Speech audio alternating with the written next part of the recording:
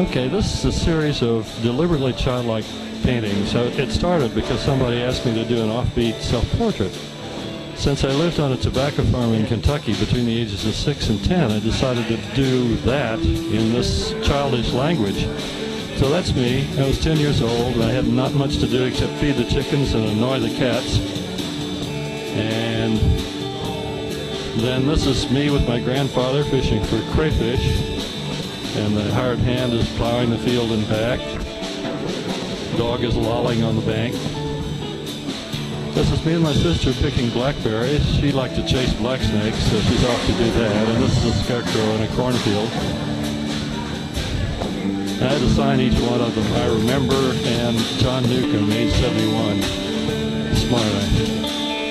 And then this is the tobacco tying barn, where they tied leaves of tobacco together, and then they took them out in laths and hung them in the big barn to dry. And finally, that's my sister and me playing in the orchard next to the house. But it's very hard to paint like a child because you're tempted to use all the tricks that you've learned when you were, a professional painter. You want to add shadows, you want to add modeling. But you have to be direct, and proportion doesn't matter. For instance, in this picture, being childish means that you're willing to make a human being as tall as a tobacco barn. So it was an exercise in mannerism, but it was a lot of fun to do.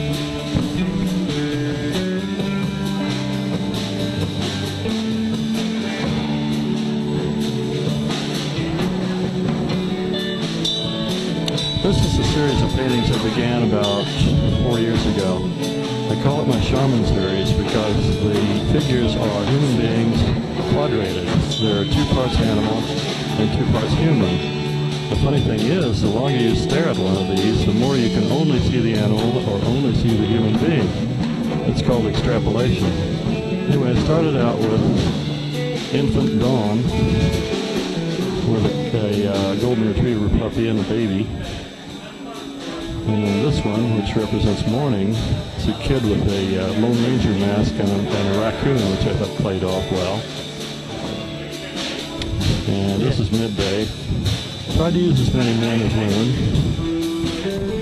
And this is one of my favorites, a woman and a wolf for afternoon. I just like the colors also. And then I had sort of totemic figures in the background of each that represented, the central subject.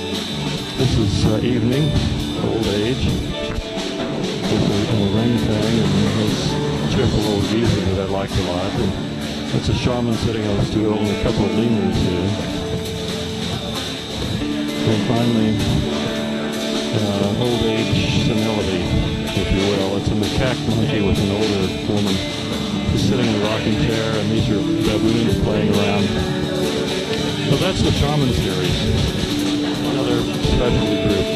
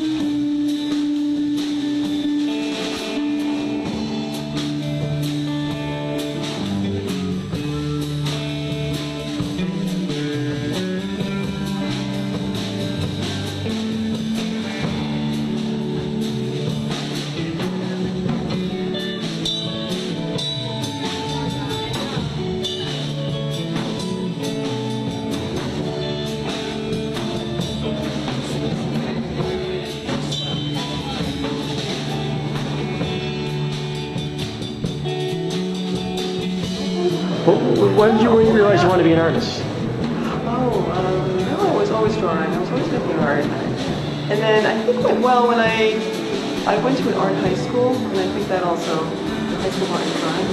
Oh, really? Yeah, I knew early on that that's what I wanted to do. Your parents? They were supportive. Yeah. They weren't artists? They were not artists.